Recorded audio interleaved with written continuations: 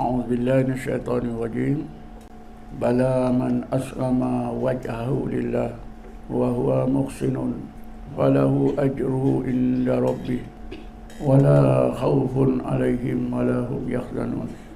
Ayat 112 surah Al-Baqarah. Ayat ini sebenarnya satu ayat di mana Allah menjelaskan seseorang umat Nabi Muhammad yang telah berjaya menghayati Islam yang terdiri daripada tiga asasnya, Islam, iman dan ihsan. Bila seseorang itu telah berjaya mengamalkan tiga asas tersebut, zahir dan batin, maka insya-Allah orang tersebut berjaya mencapai apa yang Allah maksudkan dalam ayat 112 surah Baqarah. Ayat tersebut bermaksud bahkan hakikat yang sebenarnya. Seseorang yang telah berjaya menyerahkan diri zahir dan batinnya menjadi hamba Allah sebaik-baik hamba Allah. Bala man aslama wajhahu lillah. Menyerahkan diri zahir dan batin menjadi hamba Allah sebaik-baik hamba Allah. Tidak lain tidak bukan mestilah melalui tauhid. Apabila seorang itu berjaya mencapai hakikat tauhid, terutamanya tauhid uluhiyah dan rububiyah. Dan apabila saya sebut tauhid uluhiyah rububiyah, jangan nak ingat saya berfaham Wahabi. Kerana konsep tauhid uluhiyah rububiyah ini yang diutarakan oleh pandangan golongan Wahabi bukan semuanya salah. Ada yang betul, tapi ada bahagian yang salah. Tauhid uluhiyah, tauhid rububiyah ini memang antara tauhid yang penting. Kerana kalau kita lihat dalam Quran, kajian yang telah dibuat pun menunjukkan bahawa Allah dekatkan namanya dengan dua sifat, iaitu ilahun dan rabbun. Kira-kira 1000 kali kurang sedikit atau lebih sedikit. Misalnya apabila Allah sebut dalam ayat 14 surah Taha, Bismillahirrahmanirrahim, Innani ana Allah, la ilaha illa ana. Sesudah Allah sebut Allah, namanya Allah, Allah ikuti dengan la ilaha. Dan biasanya di dalam Quran apabila disebut ilah diikuti dengan rabbun. Ini disimpulkan oleh para ulama, terutamanya ulama tasawuf, bahawa dua sifat Allah, ilahun dan rabbun, adalah sangat penting. Daripada ilahun itulah timbulnya tauhid uluhiyah. Daripada rabbun itulah timbulnya tauhid rububiyah. Jadi apabila seorang umat Nabi Muhammad mencapai tauhid uluhiyah dan rububiyah yang sebenar-benarnya, maka mereka telah berjaya mencapai apa yang Allah sebut dalam surah Fatihah, Iyyaka na'budu wa iyyaka nasta'in. Dan apa juga yang Allah sebut, Inna lillahi wa inna ilaihi raji'un. Jadi bala man aslama wajhahu lillah, iaitu apabila seseorang umat Nabi Muhammad berjaya menyerahkan diri zahir dan batin menjadi hamba Allah sebaik-baik hamba Allah, zahir dan batin berdasarkan kepada tauhid, tauhid uluhiyah dan rububiyah. Maka orang tersebut pula yang kedua, wahwa muhsinun.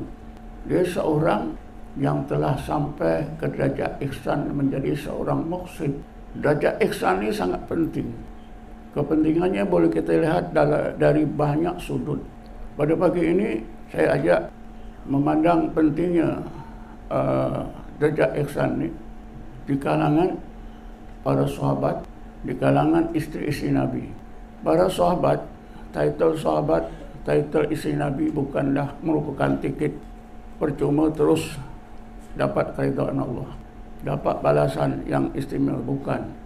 Tapi dalam ayat 100 surah At-Taubah, Allah berfirman, Bismillahirrahmanirrahim, As-sabiqunal awwalun minal muhajirin wal ansar walladzina taba'uhum bi ihsan wa a'adda lahum jannatin tajri tahtahal anhar khalidina fiha abada zalikal fawzul azim. Kalau salah betulkan bacaan saya. Ayat ini Allah bagi tahu kita bahawa hanya sahabat muhajirin dan ansar yang memenuhi syarat, iaitu as-sabiqun al-awwalun, di dalam terjemahan Quran dalam bahasa kita diterjemahkan dari sudut makna bahasa. Sedangkan as-sabiqun al-awwalun itu adalah istilah. As-sabiqun dari segi istilah yang telah diterangkan oleh ulama tasawuf ialah apa yang disebutkan oleh Rasulullah, yaitu lelaki dan perempuan yang membanyakkan zikir. Az-zakirunallaha katsiran waz-zakirat. Itu as-sabiqun. Jadi sahabat pun disyaratkan mesti zikir. Yang keduanya al-awwalun. Istilah juga al-awwalun tu. Ketika Nabi Musa alaihissalam dikurniakan oleh Allah mengenal hakikat wujudnya Allah Subhanahu wa taala. Setelah Allah fanakan Nabi Musa alaihissalam, disebut akhir ayat 143 surah Al-A'raf. Bismillahirrahmanirrahim. Falamma tajalla rabbuhu lil jabali ja'alahu dakka wa kharra Musa sa'iqa. Falamma afaqa qala subhanaka tubtu ilaika wa ana awwalul mu'minin. Perhatikan, wa ana awwalul mu'minin. Kalau kita guna terjemahan Quran tu tak betul, kerana diterjemahkan dari segi bahasa. Sedangkan wa ana awwalul mu'minin itu adalah istilah.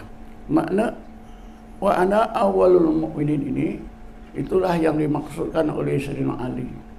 Awwaluddin haqqan ma'rifatullah. Jadi as-sabiqun al-awwalun, para sahabat itu mesti ahli zikir, tenggelam dalam zikir. Baru dinamakan as-sabiqun al-awwalun. Zikir mereka telah mencapai maksud yang sebenar, iaitu mereka dikurniakan oleh Allah peningkatan ilmu kepada ma'rifatullah, hingga mereka dikurniakan Allah peningkatan iman kepada yakin. Ada dua syarat ini, barulah sahabat dapat radhiyallahu anhum wa radu anhu. Tapi sesudah disebut as-sabiqun al-awwalun minal muhajirin wal ansar, diikuti walladzina tabauhum bi ihsan.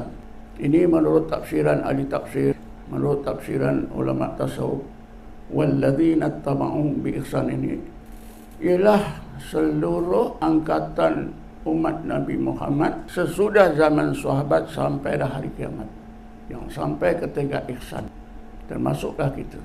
Jadi kita lihat derajat ihsan ini sangat penting. Sahabat pun mesti mencapai derajat ihsan. Kalau tidak, memang ada kelebihan sahabat, tapi syarat ini Allah tetapkan. Isteri Nabi pun bukanlah isteri Nabi itu menjadi tiket terus dapat keistimewaan insya-Allah. Tidak. Allah berfirman, Bismillahirrahmanirrahim.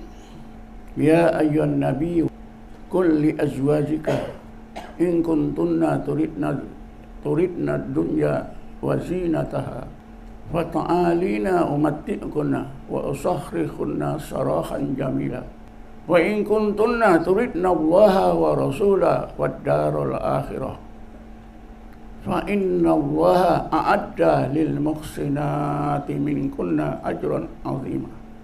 Ayat yang akhirnya, fa inna Allaha a'adda lil muhsinati minkunna ajran 'azima. Sesungguhnya Allah telah menyediakan pahala yang besar di antara kamu, wahai isteri Nabi, yang sampai ke derajat ihsan. Jadi isteri Nabi pun mesti sampai derajat ihsan.